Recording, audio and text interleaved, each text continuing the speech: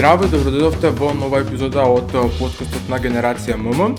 Оваа епизода е дел од проектот за градење на здрави животни навики кај младите луѓе и токму во таа насока денеска одбравме една тема која што сметаме дека ќе биде доста корисна за младите. Во денешно време младите многу често имаат предизвици кога треба да ги дефинираат своите чувства и емоции, меѓу кои што е и лутината. Токму за лутината ќе зборуваме денеска, како лутината може да се менаџира и како всушност младите треба да постапуваат во ситуации кога ќе почувствуваат лутина, кога ќе бидат лути, кога ќе почувствуваат некој гнев. На оваа тема денешна наша гостинка ќе биде Душица Сандова, која што е лиценциран психолог, гешталт психотерапевт, а исто така работи и како HR во една IT компанија. Здраво, Душица, добро дојде во Генерација ММ, како си? Здраво, добро те најдов. Првен фала ти за поканата. Баш ми е драго што одбрбаш со мене нели да збориш на оваа тема. Супер сум. Ти како си? Па јас мислам дека сум супер, да. Супер. Како што нели најавив, денешната тема ќе биде менаџирање на лутина, ама пред малце по длабоко да навлеземе во темата, ајде како би можели, дали воопшто може да се дефинираат лутината, гневот, нервозата, револтот кој што младите го чувствуваат, дали некако тоа може да се дефинира, дали постои дефиниција за тоа? Да, искрено пред да одговорам на ова прашање, можеби малце би сакала да се навратам на темата генерално. Нели лутината како таква според мене е многу важна тема и заради тоа ми се допадна што нели сте одбрале за тоа да збориме. Инаку го делам тоа мислење заради тоа што сметам дека лутината е важна не само за младите, туку генерално и за сите луѓе. Апсолутно. Така што се надевам дека овој подкаст онака баш ќе им биде од примена на сите гледачи, а не само на младите. Инаку генерално во позадина сите овие емоции кои што ти ги набраа се баш силни и неретко тие кријат некои други емоции во позадина. И всушност тука е нели клучот зошто тие се толку силни, заради тоа што најчесто се, како да кажам, некаков вид на маска заради некои си позадински, да кажеме, страв, срам или некакво можеби доживеано понижување и така натаму, и тука се појавуваат овие емоции кај што можеби неретко младите не знаат како да се справат заради тоа што можеби они се уште во некој си развој и раст каде што се уште немаат доволно саморегулација за да можат да ги преиспитаат, тоест што стои позади овие емоции за да изреагираат правилно на крајот од денот. Да, нели споменав и јас и ти спомена дека младите не често знаат да управуваат со тие со гневот, со лутината, со револтот, и сега ме интересира како сето тоа влијае врз секојдневието на младите, на училиште, во комуникација со нивните врсници, со родителите, нели веќе во одредени партнерски односи кои што ги имаат, како тоа влијае врз нив? Да, искрено овие емоции многу влијаат на тие односи. Буквално можам да кажам дека во секоја една сфера на еден млад човек може да влијаат, без разлика дали е тоа социјалната средина, усмисла пријателите, другарите, блиските, дали се семејството, родителите или можеби на училишта, наставници, врсници и така натаму. Многу често може да предизвикаат да младите имаат некаков, да кажам, конфликт со сите овие сфери или личности што ги наброевме и на крајот од денот можеби некогаш и не толку праведно да ги расипат односите заради можеби не добро совладана емоција на некој начин.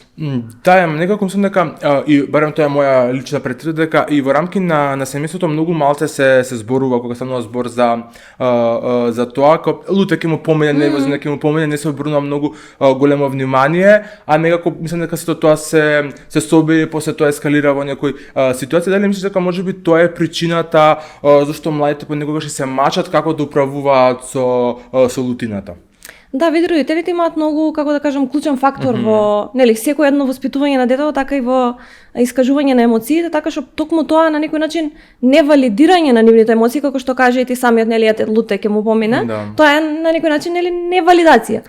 Така што тука потекнува да понатаму детето не, нели, секој едно дете или поголемо или помало, да не можеби добро ги искажува и понатаму емоциите заради тоа што не му биле правилно валидирани. Искрено од страна на родителите, кога веќе нели го зафативме овој дел за семејството, е многу важно да им ги признаат на некој начин емоциите на децата. Не е важно дали се секогаш нели правилни или погрешни, не е, да кажам, во ред од нивна страна да пристапуваат можеби со некакви казни, туку да ја валидираат емоцијата и да им кажат како правилно треба да реагираат ако е погрешна, а не да пристапуваме нели директно со казни.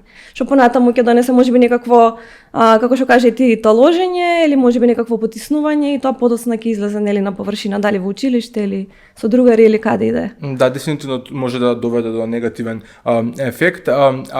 Дали кога зборуваме за лутината, можеме да кажеме дека постои добра и лоша лутина. Дали можеме некоја таква разлика да се направи? Да, до некаде и може, заради тоа што кога викаме здрава лутина или здрава фрустрација, можеме да гледаме од позитивниот аспект, заради тоа што тогаш со таква некаква здрава фрустрација можеме да постигнеме дури добри резултати. Во смисла тоа е, како да кажем, препознаена и контролирана од самото дете или млад возрастен, за да нели може да реагира во некоја ситуација дури помотивирачки, да заврши некоја работа побрзо и така натаму, додека другата, нели негативната страна на лутината или фрустрацијата е кога практично тоа е малце похронична реакцијата и емоцијата и на крајот од денот нели се реагира малце и побурно, може да дојде и до нели на некој начин викање, можеби некогаш и нешто посериозно и веќе тогаш го гледаме тоа како нездрава фрустрација која што предизвикува понегативни последици. Да, бидејќи нели многу често можеме да дојдеме во ситуација да комуницираме со човекот што во моментот е лут или чувствува некој гнев, како сметаш дека е најдобро да се постапи во таква ситуација, како да се изреагира за да нели можеби да се стабилизира ситуацијата? Знаеш како, во такви ситуации, без разлика дали другиот спроти мене или јас сум во таа ситуација, најважно е човекот да земе пауза. Тоа ние го викаме дека е клучно, онака да кога викаме знаеш да броиш до 3 до 5 до 10 до 100 ако треба, некогаш дури да се тргнеш на страна. Со тоа што тргањето на страна секогаш треба да се остави простор, во смисла да кажеш, не знам, некоја реченица од типот на ми треба малце време да се смирам и ќе се вратам, за да не личи на бегство, пошто нели ако само заминеш ќе личи на бегство дека не кеш да го решиш проблемот. Пристапуваме на тој начин со тоа што пак ќе се навратам на тоа што почнав дека паузата е многу важен дел. Најчесто, ако гледаме, можеби by the book е подобро тој што е нервозен да земе или што е луд во моментот да земе пауза, ама кога јас приметувам дека не ја зема он, можеби е подобро да ја земам јас, само за да го добиеме тоа време. Зошто психолошки позадински викаме дека времето е нели потребно? Е така заради тоа што кога реагирам во моментот, најчесто реагирам од аспект на емоции. И нормално емоционално нели превладува секогаш она што е побурно, понервозно, лутина и така натаму. А кога ќе се смирам, ќе се тргнам, ќе избрам доколку и да ми е потребно зависно од ситуацијата, дозволувам да малце рационалното се вклучи, можеби излезе у прв план пред емоционалното за да нели изреагирам како да кажам пресметано можеби. Го спомена броењето, па се ми тегна дека некаде читав дека всушност кога сме нервозни не треба да броиме од 1 до 10, туку од 10 до 1, бидејќи како броиме 1, 2, 3, 4, нели како се накажува на скалата броевите дека се качува нашата нервоза, лутина што чувствуваме во тој момент, кога го броиме од обратно надоле, дека дали е тоа вистинска техника? Вистинска техника има и многу други техники, не знаев колку да нели навлезам во сето тоа. А како може да споделиме некои техники, како може да ја мислам дека би било корисно, имаме повеќе техники кои ги употребуваме за можеби справување со лутина и можеби без во дадени моменти. Покрај ова со броење во што е најнародски можеби го употребуваме сите, имаме различни техники за дишење, имаме различни техники за приземјување или граундинг, тоа го викаме во психотерапија.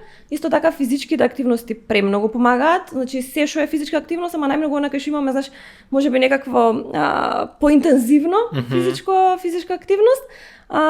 Исто така креативните страни на луѓето многу помагаат, во смисла се што е поврзано со, не знам, музика, цртање, танци, така натаму, тоа исто многу помага. Водење дневник, пишување на мисли, чувства, емоции во дадени моменти исто така многу помага. Инаку во однос на дишењето би споделила една техника која е многу едноставна и брза и мислам дека нели ќе може некој да што сака да ја примени. Техниката се вика 3-3-3 и тоа е заради тоа што ја применуваме на начин да вдишиме 3 секунди, задржиме 3 секунди и издишиме 3 секунди. И сега тоа колку време се прави нема некое пишано правило, значи веројатно зависно од ситуација до ситуација или колку време колку ствари ти дозволува времето да ја правиш, ама генерално јас најлесно ми ја кажувам на клиентите 3-3-3 и 3 минути ако можат и ако имаат нели како да кажам толку време, ако не може и помалце, ама битно е да го задржат тој момент на сите, како да кажам, акции на земање, задржување, издишување да е по 3 секунди. Многу е важно веќе нели ако преминуваме кон тоа да превземеме одредени техники, значи дека препознаваме дека препознаваме дека на лутината. Мислам дека тоа е голем проблем дека младите не често препознаваат дека се лути и гневни. Па како ти гледаш на тој проблем ме интересира? Да, искрено препознавањето, ние викаме не пола, може некој 70-80% од работата да е. Искрено кога нешто ќе препознаш, тогаш си веќе свесен, го гледаш некако поодблиску, да кажам, тој момент и си спремен да превземеш било што како следен чекор за да си помогнеш во тој аспект. Се додека на некој начин како да кажам, можеби веруваш дека тоа е окей или е дозволено или е потребно или вистинско, тогаш не си свесен која е позадината или кои последици тоа остава кај тебе или можеби кај тој спроти тебе и некако не превземаш ништо, в смисла да ете некакви техники или да побараш помош. Сега ние викаме побараш помош, знаеш, помошта не е секогаш кај некој друг. Може и да ако седнеш сам со само рефлексија да успееш и сам да на некој начин го пронајдеш тој момент, но нели на крајот од денот ако увидам и одлучам дека не можам сама да се справам, тогаш секогаш постоиме нели ние, стручните лица кои што може они да се обратат и да им помогнем. Да, апсолутно не треба да се плачеме да се обратиме кај луѓе кои што учеле за тој кои што ги имаат знанието, баш напротив ние ги охрабруваме младите и нели и преку овие подкасти, преку работата која што имаме да се обратат кај психолозите, бидејќи се нека тие ја имаат помошта кај нив е помошта. Сега ме интересира дали има некои конкретни ситуации, можеби ли моменти кои што низ своето искуство се приметила дека баш предизвикуваат лутина кај младите. Знаеш како мислам дека еве јас можеби ако се вратам наназад и од некои мои врсници па и јас самата додека сме млади, некако сме како да кажам, посигурни во тоа што го правиме и тоа што веруваме дека нашето е, нели, вистинско, последно, нема после ова, да. Некако немаме у тој момент повеќе чувство, можеби за емпатија би рекла, можеби тој момент недостасува за да сватам дека, окей, на другиот е важно, не значи дека ја и ти нели сега треба да имаме исто мислење. Окей да имаме различно, ама треба да го прифатам и твоето, не да те убедувам у тоа што е мое. Така што искрено тоа тука мене ми игра клучен дел дека младите некако се за жал таа самодоверба што ја работам подоцна со клиенти на поголеми години, што имале на младите години ми недостасува. Знаеш, тука ми е гапот, кај што пробувам да ја вратам таа самодоверба, пошто они реално кога се возрастни, пореално е да ја имаат самодовербата, нели пореално пристапуваат и така натаму. Некако порационално гледаат на работите. Да, рационално баш. И некако спробуваме да најдеме некаква средина помеѓу нели младиот јас и еве возрастниот наводници јас. Така што тоа викам понекогаш да само да се присетиме каква самодоверба сме имали дури кога не сме били управо е доволно. Да веќе кога спомнавме таа споредба постари помлади, дали сметаш дека можеби некоја лутина во повозрастните години се појавува и постои кај нас некоја повреда или фрустрација која се случила кога сме биле помлади или во минатото? Дали мислиш дека тоа игра голема улога во некоја да кажам, подотнежно искажување на лутината? Да, искрено неретко е тоа пример и за жал не само со лутината, туку со било што неве од искуство можам да кажам работа со клиенти. Така што за жал да, многу работи ни потекнуваат од таму кога сме биле мали или од детство. Така што јас неретко ги враќам клиентите во тие периоди, нели чисто да провериме, пошто јас викам сега се чувствувам тажно, пример, зошто се чувствувам тажно или зошто сум лута. Океј, само што сум лута што ти си ме викнал овде у 5 до 12, карикирам, не беше така, бевме многу договорени, ама дали тоа не ми носи нешто од поодамна, знаеш, дали негде другде не ми се случило нешто слично, па сега мене тоа во секоја една ситуација која ќе се случи така ми го предизвикува истата емоција. Така што да, носиме многу од детството. Како можеме да сфатиме дека сме лути, што навистина чувствуваме кога сме лути? Дали има некоја општа дефиниција што ние чувствуваме кога сме лути? Дали тоа може да се опише низ дефиниција?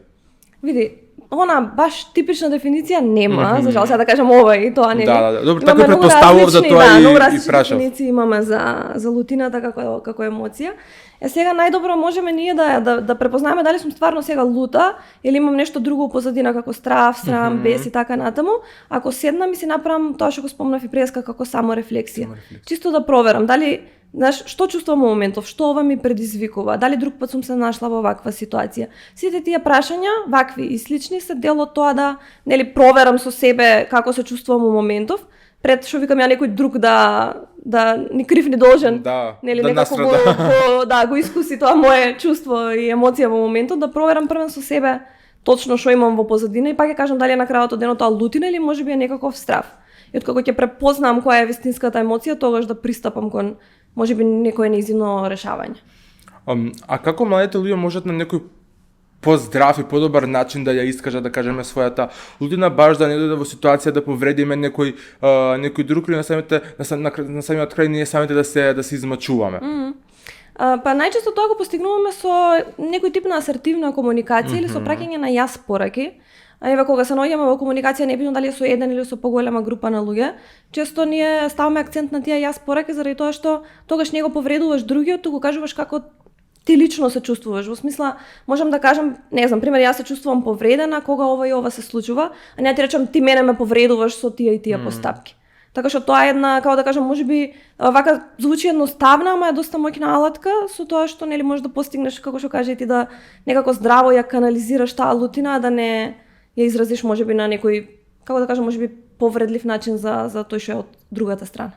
Да, например, кога чувствуваме, кога, нели да кажеме, кога можеби поголема група на луѓе, кога сме во некоја заедница, например, еве на работа или во училиште, конкретно еве за училиште да збориме, како може кога сме со многу повеќе луѓе да канализираме таа лутина, што треба да се направи за да не се доведеме нели во ситуација се тоа што го спомнавме претходно да повредиме некој друг. Види, мене лично ако ме прашуваш во поголема група е полесно отколку со еден човек, заради тоа што кога имаш еден човек спроти тебе, тој е единствениот спрема кој што сите твои зборови, реакции се насочени. Знаеш, немаш толку време можеби, нели ако не си го земеш тоа време што преска го зборивме, ако сам побарам и се повлечам, и сега сме тука јас и ти си ми единствениот со кого што комуницирам и знаеш немам толку време сега ја да премислувам у главава. А пример кога има поголема група на луѓе, тогаш нели секој еден со некого може да комуницира и не е како да кажам грешка да ја во даден момент поќутам, пресметам што и како, па после тоа можеби нешто изговорам, се со цел да не повредам небитно дали една личност или група на луѓе. Така што за мене е полесно, ако мене лично ме прашуваш, е полесно во група на луѓе да ја изменаџираме лутината колку кога сме еден на еден. А дали се многу чести такви ситуации, бидејќи мене знаело некој да ми случи кога сум лут поради некоја друга причина или поради некоја друга личност, на некоја трета личност да ја искажам лутината. Зошто се случува тоа? Зошто всушност не ја канализираме лутината кон тоа што навистина е направило лути, да кажеме, да. Да, тоа е многу интересен феномен заради тоа што знаеш има различни средини кај што можеби ние како луѓе си дозволуваме да смете, ако зборуваме за лутина лути или не. И сега пример зошто одредени луѓе што ни предизвикале лутина не им на некој начин враќаме нив, под наводници кажано туку на некој друг. Сега еве провери со кои луѓе ти се случило тоа и ќе видиш дали ова што ќе го кажам ќе ти прави тебе логика. Заради тоа што пример, еве најпрост пример е ако на работа нешто се случи, менаџерот ми изнер небитно, нели имаме некаков конфликт во тим со менаџер, со претпоставен неважно. Сега јас како да кажам, ако изреагирам таму директно, имам некако шанса да изгубам работата. И нели подобро си викам ајде прекјутам тука, одам дома кој е мама, тато, партнер и сега знаеш ти нема врска, тој пустиот човек си седи дома. Ништо не знае, нема врска и сега ти ќе му се развикаш, он не знае зошто ти му викаш, нели, нема појма. Како да ми ја прочита ситуацијата, буквално исти вакви ситуации ми се случувале. На сите ни се случуваат секојдневно, затоа ти викам, значи генерално некако средините кај што можеби имаме некаква опасност би рекла, се тие кај што не реагираме, а реагираме кај наши блиски луѓе. Знаеш лутината, извиниш што прекинувам, лутината можеби повеќе ја насочуваме во некои посигурни средини за нас? Тоа ќе кажав следно, да. Посигурни средини заради тоа што сега окей, партнер може и ќе избега, нели, не гарантираме дека е врзан за нас, ама родителите на крајот се родители, да. И реално, нели, ако се на некој начин истурам ние тоа го викаме, нели, народски на било кој од блискиве луѓе, очекувам дека тие ми се нели најблизо кон оној прв круг околу мене и дека они нема да заминат сигурно.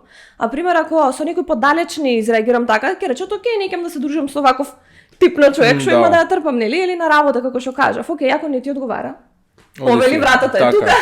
Така што знаеш ќе пробуваме можеби некако у тој момент рационално да ги во тој момент се вклучува рационалното практично и гледаме да опасните средини ги избегнеме.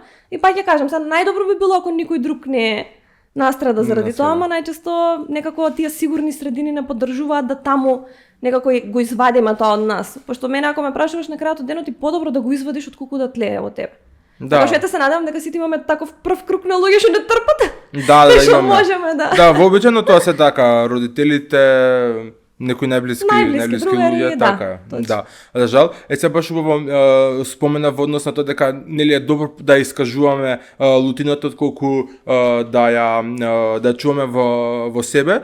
Низ разговори со вршници, со млади, многу често сум слушал од нив нели муабет дека викаат јас кога сум луд сакам да бидам сам и сакам тоа одма да заборавам дека нели не се случило, не сакам воопшто да разговарам за тоа, па ме интересира колку е важна комуникацијата која што потица да може тоа чувство на лутина да се надмине. Многу е важна комуникацијата, искрено.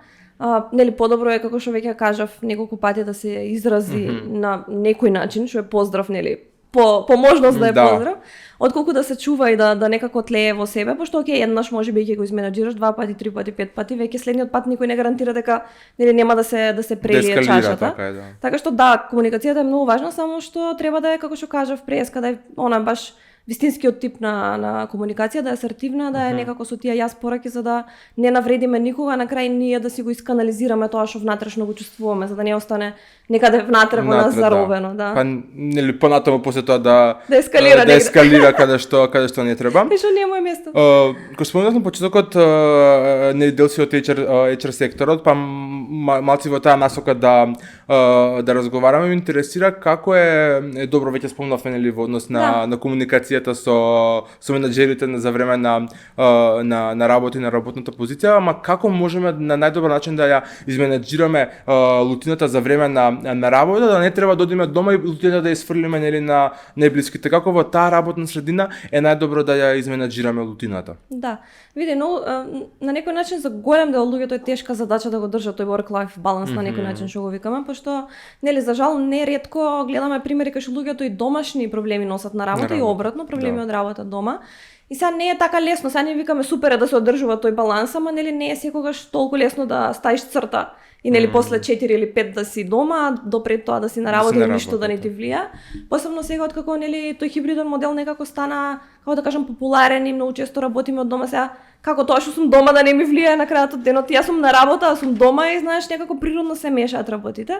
Инаку првен за да се било како тоа реши или некако справиме да кажам на правилен начин, е многу важно првен да видиме од што потекнува на работното место таа лутина или фрустрација, од што е предизвикана.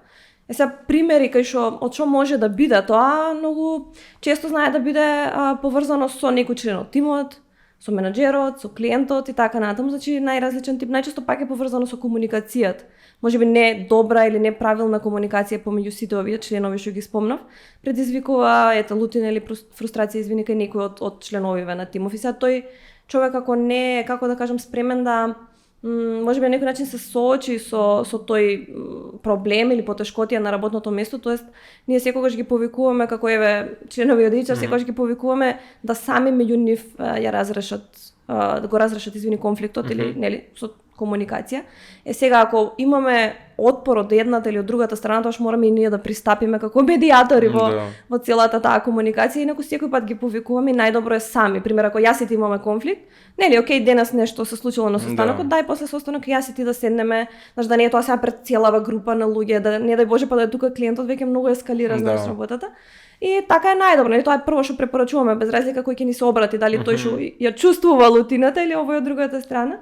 Ама ако на крајот од денот они некако немаат, како да кажам, отвореност и разбирање за да го решат сами конфликтот, тогаш влегуваме и ние и пробуваме да сме суди на некој начин. А дали сметаш дека влие позитивно во насока на менаџирање лутина да се тие простори кои што постојат во рамки на поголемите компании, да кажам, каде што вработените можат и да се одморат и да имаат некои друштвени игри, нели има и некои соби кои што се само лично за себе да се направи рефлексија, дали сметаш дека тие помагаат во менаџирање на лутина за време на работата? Да, помагаат многу и сега ова што го спомна со соба само за еден, има ние што се баш изолирани од звук. Да. Не сум видела кај нас, искрено, може има некоја компанија што ги има, јас до сега. Да, јас не сретам тоа е само од читање од видеа што имам гледано, надвор од нашава држава кај што старо може да влезеш онака внатре да се извикаш. И некој тоа да не го слушне. Така што да, многу се од помош тие простори, да кажам. А исто што ги спомна сите други активности, значи не знам, релекс зона со најразлични игри, дали ќе биде не знам пинг-понг, дали ќе биде билјард. Генерално тука може луѓето, како да кажам, спонтано да се смират заради тоа што е некаков некаков тип на слободна активност, кај што ќе играме ајде заедно, па ќе видиме што ќе се случи, нели, што ќе произлезе од целото тоа енергијата е поразлична. Не е исто енергијата во конференциска сала и на пинг-понг. Да, некако само, ако самата просторија некако ја носи сериозноста или слободноста, како да кажам, во целото изразување, пошто сега еве јас и ти сме тука, седиме на Lazy Bags и некако сме нормално поприродни, поспонтани, полабави. Например да бевме седнати на, не знам, биро, со столици, веројатно. Некако ќе бевме сигурно поформални. Сигурно ќе бевме поформални, ти гарантирам. Сега, нели, зборавме за работно место, сега збориме, нели, конкретно за младите, погледаме дел младите се во училиште и во училишни клуби, многу често таа лутина која се чувствува кон наставниците, кон дали поради некој тест, оценка, многу често агресивно се изразува. И сега ме интересира како професорите во такви ситуации, бидејќи нели тоа мислам дека треба да биде моментално менаџирање на таква ситуација, додека дојде момент да се разговара со психолог. Јасно не дека во рамки на училиште не баш најдобро функционира улогата на психолог, па ме интересира како е најдобро да се изменаџира таква ситуација со ученик кој што можеби на поагресивен начин ја изразува својата лутина и гнев. Да. Ми се свиѓа тој дел што го каже за улогата на психологот во училиштата. Реално, јас би рекла дека за жал некако дур сме во тоа најмногу основно училиште, кој ќе се спомне зборот психолог, сите се некако исплашени. И јас сум била, мислам, за среќа нема браќале, сум била многу мирна, ама знаеш, сум гледала примери секој еден кој ќе му рече окей, сега ќе одиш ки психологот, како да оди не знам каде, знаеш. Да. За жал некако не е баш добро. Обично е мерка за заплашување. Да, најчесто е тоа, да. И за жал не е добро, сега не знам дали не е добро представена или не се функционира како и да е. За жал сите се плашат од психологот и тоа ми е многу голема болка, ама окей, се надам дека никош ќе се смени. Инаку во однос на тоа менаџирање некаква, да кажеме, поагресивно дете можеби во даден момент. Искрено тоа е баш моментална реакција и од страна на детето, реално. Да, треба и моментална реакција од наставникот, ама и од детето, заради тоа што знаеш, оно гледа моментов слаба оценка. Карикирам, очекувало 5, добива 3. Луто е. Океј, треба да му се разбере таа некако можеби емоција. Пак ќе се вратиме на тој момент дека како постапуваат родителите, така и наставниците, заради тоа што и они се некако главен дел од нашето воспитување. Да, голем дел од денот реално поминуваме со професорите, колку така дома, толку таму реално, така и они се клучни во нашето воспитување, така што би одела со истиот пристап, да и они ги уважат емоциите на децата, да не сега ако тоа пристапи агресивно, онма они пристапат со казна, окей, ти подоцна можеш да му укажеш, нели, дека неговата реакција не била добра, дека не се постапува така и се, ама не директно со казна, нели. Така што некако пак би се вратила на она базичното уважување на емоцијата што детето во моментот ја има. И да истражиме од каде дошла на крајот, зошто изреагирал така. А дали сметаш дека можеби поддршката од врсниците е доста важна, бидејќи нели веројатно има ситуации кај што некој по агресивно реагира или можеби лути гневен и обично остај го тој знаеш, не му се обрнува внимание, па некако мислам дека тука таа поддршка од врсниците е важна. Јас барем така мислам, не знам се твоето размислување во која насока оди. Да.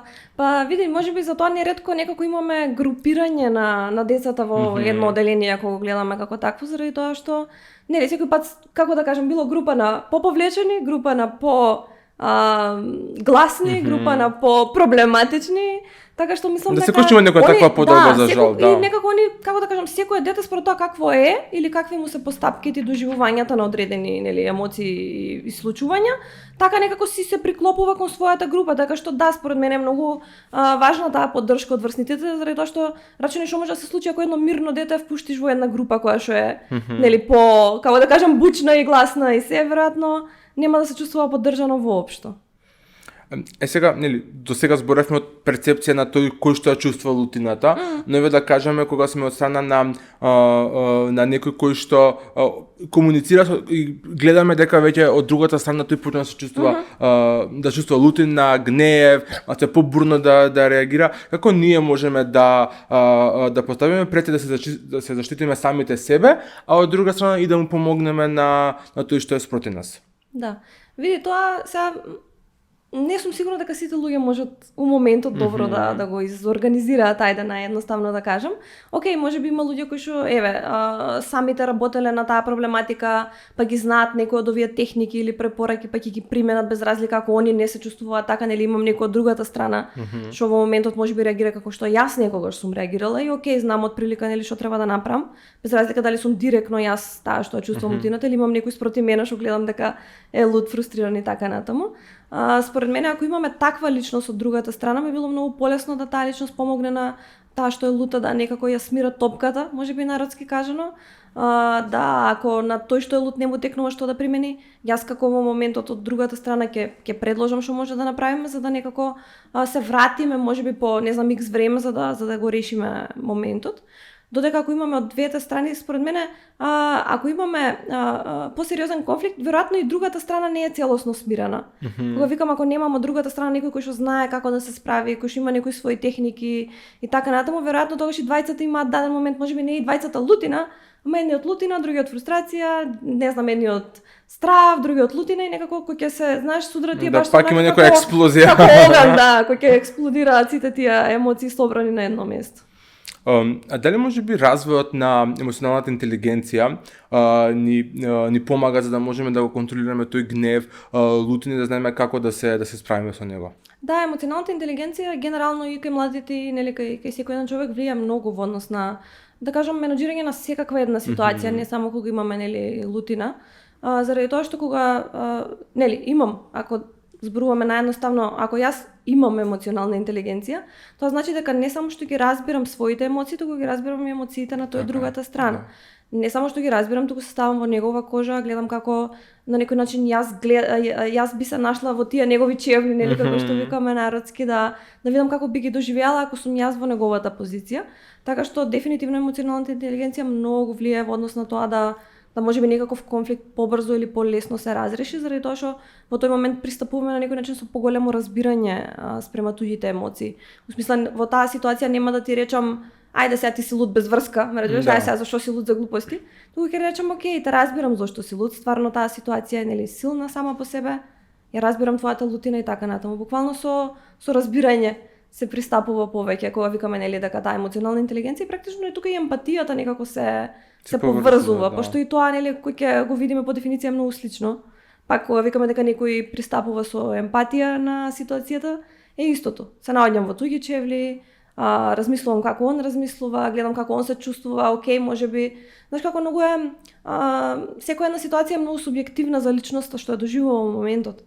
И јас затоа викам не треба да ги, како да кажам, категоризираме проблемиве на мали и големи, на страшни и нестрашни, заради тоа што ако како да кажам, некој доаѓа сега да побара помош или го доживува тоа во моментот како најголем проблем, јас викам, океј, тоа е стварно најголем проблем за тебе во моментот. Океј, може за некој друг тоа не е, ама тоа не значи дека твојот проблем е помал од нечи друг.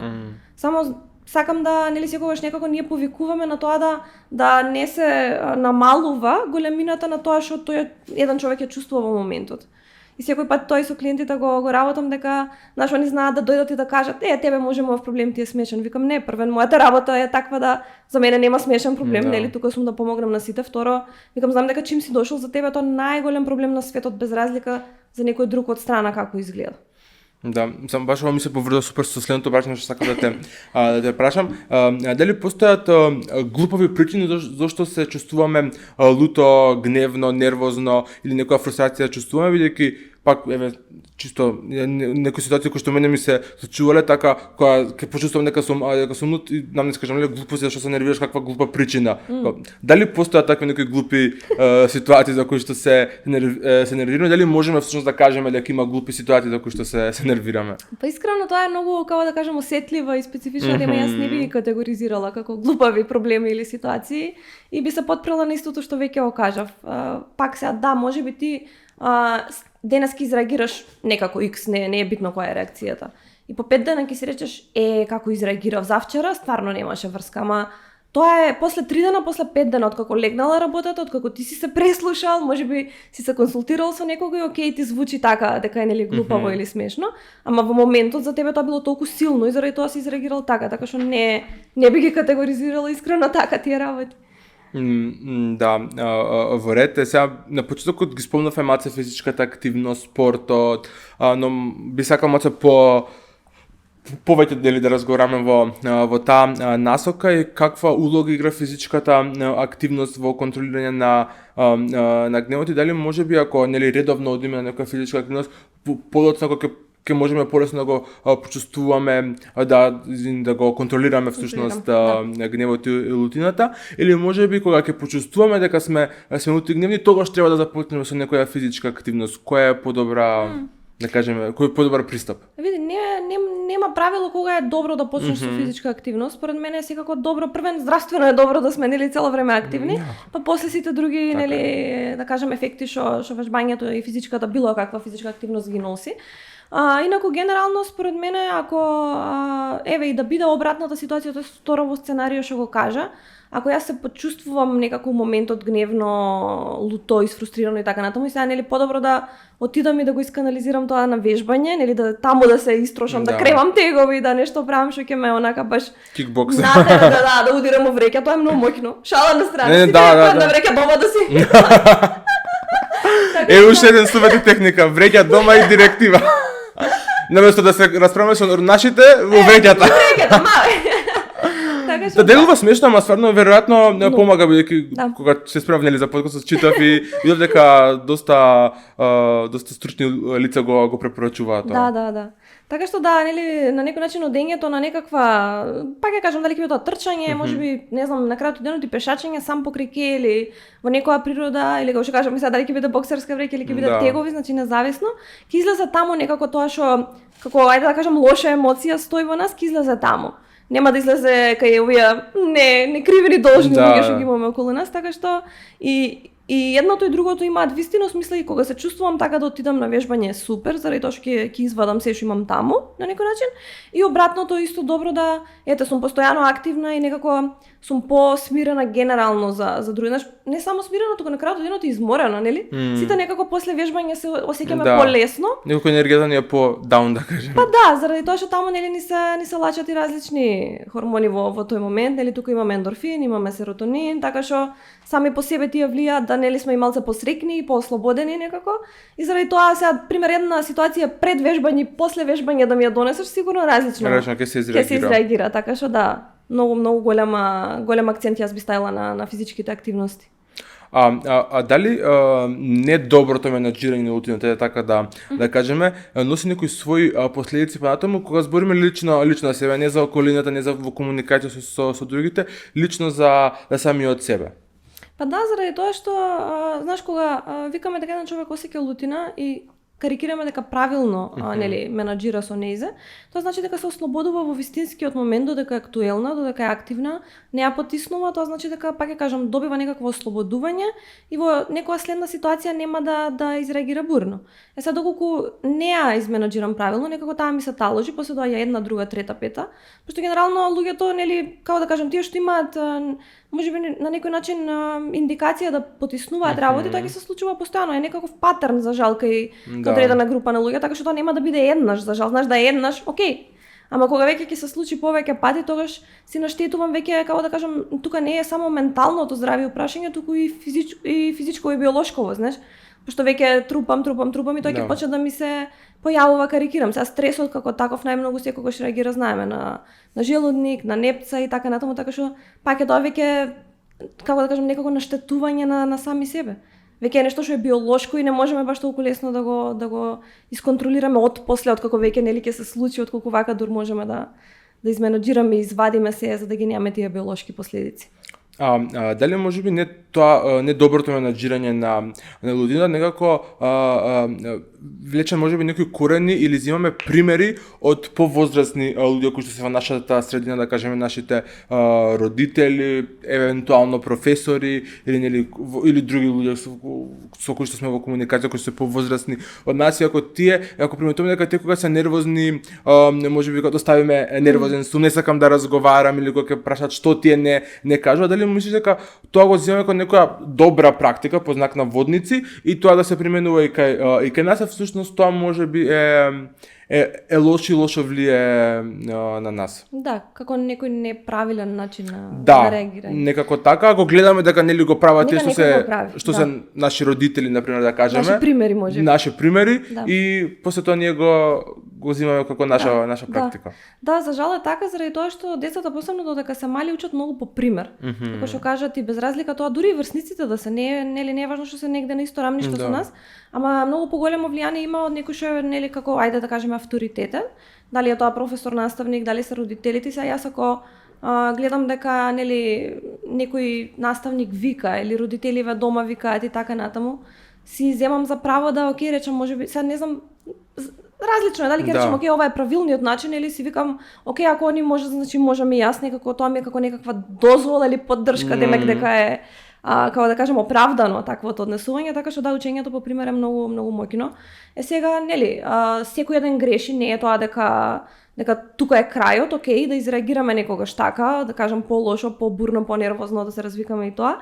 Најважно е на крајот од денот да тоа им се објасни на децата, тоест на некој начин можеби да се извиниме, да им кажеме зашто сме изреагирале така, како и да е, на некој начин се враќаме секој пат на тоа што е некако клучно и базично комуникацијата, тоест објаснувањето, извинувањето, значи се оно што на некој начин ќе објасни таа ситуација, тоест ќе му на некој начин долови на детево дека окей, изреагирав така, ама тоа не е добро, за да не го земе оно како негов пример. Важно што не можеме секогаш да се исконтролираме. Пак ќе речам, сега најдобро е нели сите родители ја верувам дека се посветени на тоа да го воспитаат своето дете најдобро што може така, ама секој еден знае некогаш да киксне. Така што најважно е комуникацијата после тој кикс, а не нели да се сконцентрираме на киксот и да не знаеме што понатаму. Па да, мислам дека некако генерално се нели и од семејството, ама некако и образовниот процес и нашиот образовен систем, мислам дека малце влие врз перцепцијата на таа лутина, дека не доволно и младите од една страна и родителите не се доволно едуцирани како во такви ситуации да се справат или многу често ако одиме по улици видиме дека некои двата се расправаат, особено врсници, да кажеме деца, дека се буткаат, нели се тепаат, да кажеме, луѓето ќе поминат, нема никако да изреагираат. Како во такви ситуации на луѓе кои што не се толку блиски, кои што само да кажеме од надвор, како трето лице го наблюдуваме тој конфликт, како треба да се изреагира? Да, види, тука многу е често тоа што ти го спомна, да луѓето некако не сакаат да се вклучат во ситуации кај што не се повикани можеби или не се осеќаат блиски. Нели, ако имаме блиски луѓе или некој не можеби повика или праша директно, тогаш нема бегање, нели? Да. Знам дека сум вклучена во ситуацијава, а за жал секоја една друга ситуација што се случува по спонтано, непланирано или еве што викаш ти се шетаме едноставно у парк или било каде и сега гледаме една ситуација, некако никој не се дрзнува да се вклучи во таа ситуација, заради тоа што некако тогаш е најсилно, тогаш гори огнот најсилно и сега знаеш секој еден е исплашен од аспект на сега не знам. Знаеш, ќе се вклучам кај што никој не ме знае, што ќе ми речат ти од другата страна, дали сум ја пожелен воопшто во таа една ситуација кај што нели постои тој конфликт, веќе некако се реагира бурно и сега, знаеш, луѓето од таа страна што се нервозни, кога им се вклучи некој странец, може да замислиш како ќе реагираат. Да, веројатно. Така што можеби тоа допринесува да луѓето не така слободно се вклучуваат заради таа некоја неприфатеност, а од друга страна мислам дека и не сме, како што кажа и ти, некако не сме можеби учени да го одиме тој пат, да некако помагаме секде кај што можеме, туку некако повеќе во, дали би рекла, по-сигурни средини или кај што сме, како што кажав, по-пожилни, по-повикани. Некако впуштањето во нешто што е сосема непознато за нас, некако ни дава да се вратиме 2, 3, 4, 5 чекори нас. И можеби баш во такви ситуации не ни размислуваме, нели, доколку сме во конфликт и некој од страна сака да ни помогне, не тогаш толку рационално размислуваме, веројатно можеби само дополнително ќе не испровоцира ако трета страна влегува нели во целиот момент, па така да можеби ради тоа луѓето не се вклучуваат. Да, ма види луѓето што според мене тој што ќе се одлучи да се вклучи е спремен. Прашањето дали од другата страна, овие двајца, тројца, колку и да се што се во конфликт, се спремни да го примат. Во таа насока зборев, дека најчесто не сме подготвени. Да. Пошто знаеш, ако јас се вклучувам во нешто такво, окей, си викам, да, можеби ќе претрпам ја викање спрема мене, ни крива, ни должна, или пак се враќаме на тој момент, ама сум спремна, чим сум одлучила да стапнам во огнот, значи сум спремна што се може на кај мене да се врати. А сега, ако другата страна има на некој начин отворено за таа помош, би било идеално, заради тоа што на крајот од денот некој што е, како да кажам, трета страна или вклучено надвор, може многу по-трезвено да ги процени емоциите и ситуацијава. Знаеш, пошто ние двајцата кога сме вклучени во нешто, тоа е за нас најсилно у моментот. И сега, нели, јас сум управа, ти си управа и тука имаме, нели, што се случува, а некој трет кој ќе дојде што никако не е вклучен, нити еден му е близок, нели, од било кој тие двајца, тројца или колку и да се, може многу потрезвено да размисли, да на некој начин процени и подели, ама дали тие луѓе се спремни да го прифатат тоа или не е веќе друго прашање. Па да, веројатно претпоставка некоја моја дека во нашето општество дека тоа не сме баш подготвени такво нешто да прифатиме, бидејќи мислам дека ние уште самите со себе тешко менаџираме кога стана збор за лутината, па особено кога дојде некој или со блиски, а не па со непознати. Така е, апсолутно се согласувам. Исто така сакам малку да го спомнем моментот во однос на образованието, едукацијата и тоа колку во рамки на училиштата се зборува за оваа тема. Искрено, за тука нема многу информации, заради тоа што јас одамна сум излезана од образовниот процес. Се окей, можеби не толку одамна од факултет, ама таму веќе нели е друга средина. Ја претпоставувам дека ти повеќе акцентираш на основно и средно образование. Тоа што можам да го кажам од моето искуство е дека секој пат некако наставниците или професорите беа поделени. Мислам дека до денес е така и покрај тоа што немам искуство или не сум влегла негде за да го видам тоа директно. Ама мислам дека секој пат имаш од една страна група на наставници или професори кои што окей, нели прават се што можат, дури како да кажам можеби даваат и нешто екстра за да ни го доближат тоа нас како деца и така натаму. Од друга страна секој пат имаме нели професори или наставници што се може малце поповлечени се. Не знам дали би го категоризирала тоа како незаинтересирани, ама можеби ете едноставно го даваат тоа што како да кажам само се бара од нив и ништо екстра. Да, ништо пошто. И не одат понатаму за да ете можеби доловат на децата или научат нешто кое што би им било од корист понатаму во животот. Сега, нели имаме две екстремни, имаме лутина, а од друга страна имаме и некако мирно однесување. Сега дали може да кажеме дека едното е добро, едното е лошо или дали постои некоја средина како тоа може да се испроцесира кај самите нас? Види, да, точно е тоа дека некако се наоѓаат тие две работи на едната и другата страна од кривата, можеби, ако сега така ги гледаме најпластично, едното е позитивно, другото е негативно. Сега кога гледаме за било што како емоции или ситуации, кај што викаме дека окей, едново е скроз тука, едново е скроз тука и нели имаме плюс и минус, ние секогаш викаме дека е најдобро што може да се постигне некаков баланс, нели тоа е најдоброто сценарио. Сега дали е секогаш можно? Веројатно не, ама и да не е она баш златна средина, не може секогаш да биде 50, може да биде и небитно 70-30, 80-20, не е битно која е поделбата, само некако да успеваме да ги гледаме и две емоции, да ги разбираме и некако да пробаме да ги што е можно повеќе доближиме, за да не се онака да викаме сум во еднава или во другава крајност, туку да сум нели некаде кај што ќе можам да држам баланс помеѓу тие две емоции, без разлика па ќе кажам кои се, тоа важи за сите, кога имаме еден плюс и минус на двете крајности. Да, ама и веројатно не е добро во ситуацијата да реагираме мирно, ниту пак во сите ситуации да реагираме бурно, веројатно нели тоа што го зборевме претходно во однос на емоционалната интелигенција, тоа ни помага како да заради тоа што ако викаме окей некој е мирен, ама дали по секоја цена? Пошто ако викаме некој дека е секогаш во секоја една ситуација мирен, ја не сум сигурна дека тоа е реалното чувство. Туку можеби сум повеќе ми е страв да искажам некоја емоција, ај подобро ќе си останам мирен и тука пак се враќаме на тоа од преска дека тоа е на некој начин еден тип на потиснување, а не дека јас сум мирно дете и ништо не правам, туку едноставно можеби некои емоции ги потиснувам кои што некогаш ќе излезат на површина или ако не се добро сварени. Да, нели секој се поставува прашањето дали е нормално да луѓето не се љубоморни, е само моето прашање во друга насока, дали е нормално луѓето не чувствуваат лутина воопшто? Дали е тоа нормално? Не. Едноставен одговор не. Понекогаш нели негде на почетокот ја спомнавме и моментот на како да кажам другата страна на лутината, тоа е она здрава лутина или здрава фрустрација. Некогаш нели е окей да ги изразиме како емоции, така што одговорот е не. Не. Супер, некако ќе го привршуваме нели разговорот и сега за крај ме интересира некој твој совет до младите.